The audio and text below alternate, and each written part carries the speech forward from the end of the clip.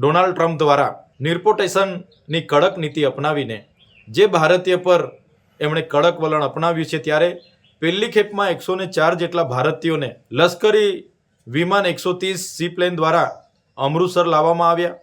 એમાંથી 37 તો ગુજરાતી હતા, જેમની સઘન પૂછપરછ કરવામાં આવી.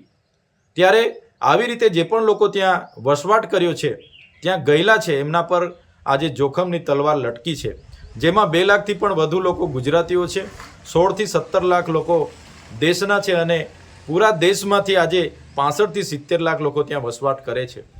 ત્યારે આપણા વડાપ્રધાનશ્રીનો વિશ્વમાં ડંકો વાગે છે એવું આપણે સમાચારોના માધ્યમથી સાંભળીએ છીએ.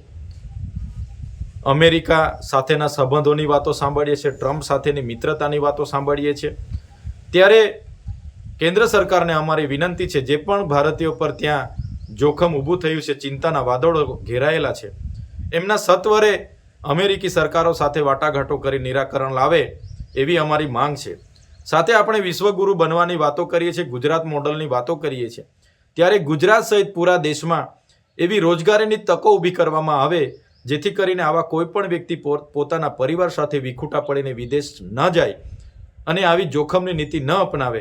એટલા માટે આપણા રાજ્ય સહિત દેશમાં જ રોજગારી ઊભી કરવામાં આવે એવી અમારી લાગણી અને માગણી છે.